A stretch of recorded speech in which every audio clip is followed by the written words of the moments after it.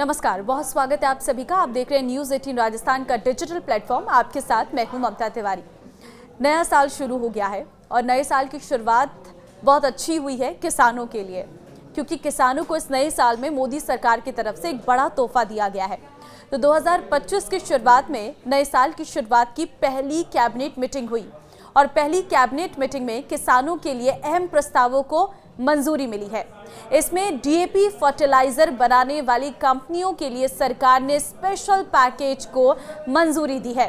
इससे किसानों को डीएपी के लिए अधिक कीमत नहीं चुकानी पड़ेगी और वो खाद पर अधिक सब्सिडी हासिल कर पाएंगे। डीएपी बनाने वाली कंपनियों को मिलने वाली सब्सिडी के अतिरिक्त सरकार वित्तीय मदद भी देगी। 2025 की पहली कैबिनेट मीटिंग में केंद्र सरकार ने डीएपी फर्टिलाइजर्स के मैन्युफैक्चरर्स को राहत देने का ऐलान कर दिया है। इसके तहत इन्हें सब्सिडी के अलावा आर्थिक सहायता देने पर भी मंजूरी दी गई है। इन फैसलों का लक्ष्य कृषि उत्पादों को बढ़ावा देना, किसानों को आर्थिक रूप से मदद देना और जरूरी फर्टिलाइजर्स तक किफायती पहुंच दिलाना है। डीएपी फर्टिलाइजर के लिए भारत सरकार ने बड़ा फैसला किया है। अब 50 किलो वाला डीएपी का बैग 1350 रुपये में किसानों को मिलेगा। जो भी अतिरिक्त खर्च है उसे सरकार खुद वहन करेगी। भारत सरकार इसके लिए 3850 करोड़ रुपए की सब्सिडी डीएपी कंपनियों को देगी।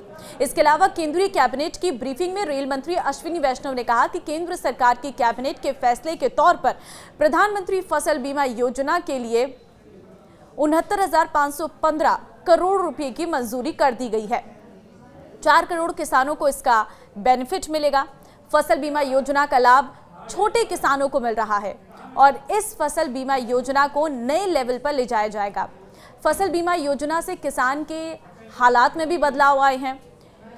यूपीए सरकार की स्कीम किसानों के लिए ठीक से काम नहीं कर रही थी और फसल बीमा योजना में सरकार को क्लेम दिया जा रहा है।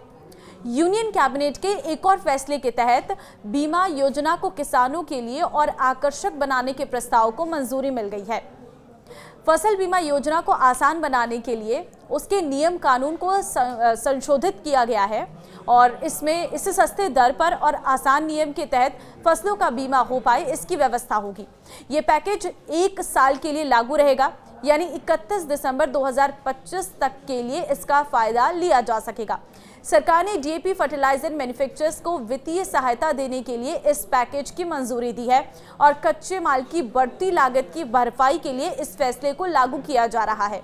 डीएपी का मतलब है ड्राई अमोनियम फॉस्फेट। ये एक फर्टिलाइजर है जो फसल और पौधों के लिए ज़रूरी होता है, एक मुख्य सोर्स है। और डीएपी एक पानी में घुलने वाला फर्टिलाइजर है जो अमोनिया और फॉस्फोरिक एसिड की रिएक्शन से बनता है। ये खेती और दूसरे उद्योगों के लिए एक पॉपुलर ऑप्शन है क्योंकि ये तेज़ी से घुलने वाला है और इसमें हाई न्यूट्रिशंस होते हैं। खाद की कीमतों में उतार चढ़ाव की वजह क्या है, इस पर केंद्रीय मंत्री अश्विनी वैष्णव का कहना है कि हूती विद्रोहियों के हमले की वजह से लाल सागर का रास्ता असुरक्षित हो गया है। इसके चलते जहाज़ों को कैंप ऑफ गुड होप के जरिए आना पड़ रहा है। इससे खाद आयात करने की लागत बढ़ जा रही है, जिसका असर कीमतों पर भी देखने को मिल रहा है। उन्होंने कहा कि अगर वैश्विक बाजार में अस्थिरता बढ़ती है तो उससे खाद के दाम में भी प्रभावित हो सकते हैं। यही वजह है कि सरकार अतिरिक्त सब्सिडी का इंतजाम करके किसानों को राहत देने की कोशिश कर रही है। 10 साल में सरकार ने खाद पर कितनी सब्सिडी बढ़ाई, अब वो समझिए। इस पर केंद्रीय मंत्री अश्विनी वैष्णव ने दावा किया कि पीएम मोदी ने 2014 से कोविड और कई देशों में युद्ध जैसी समस्याओं के बावजूद सुनिश्चित किया है कि बाजार की अस्थिरता का बोझ किसानों पर ना पड़े। उन्होंने कहा 2014 से 2023 के बीच सरकार ने खाद पर 1.9 लाख करोड़ की सब्सिडी दी है। ये 2004 से 2014 के मुकाबले दोगुने से अधिक है। केंद्रीय मंत्री ने कहा है कि पीएम फसल बीमा योजना के तहत 2023-24 में 4 करोड़ किसानों का बीमा किया गया है। नीतियों के लिहाज से ये देश की सबसे बड़ी योजना और कुल प्रीमियम के आधार पर तीसरी सबसे बड़ी योजना है।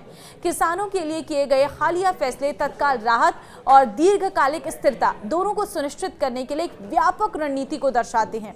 डीएपी की कीमतों को स्थिर रखना, बीमा योजनाओं का विस्तार करना और तकनीकी नवाचारों को शामिल करना सरकार की किसानों के प्रति गहरी प्रतिबद्धता का प्रमाण है। इन फैसलों ने भारत के कृषक समुदाय को एक बार फिर से ये भरोसा दिलाया है कि उनकी समृद्धि और सुरक्षा सरकार की प्राथमिकताओं में से सबसे ऊपर है। तो फिलहाल इस वीडियो को शेयर करिए ताकि सभी किसानों तक ये वीडियो पहुंच सके और उनको भी इस बारे में जानकारी मिल सके। नमस्कार।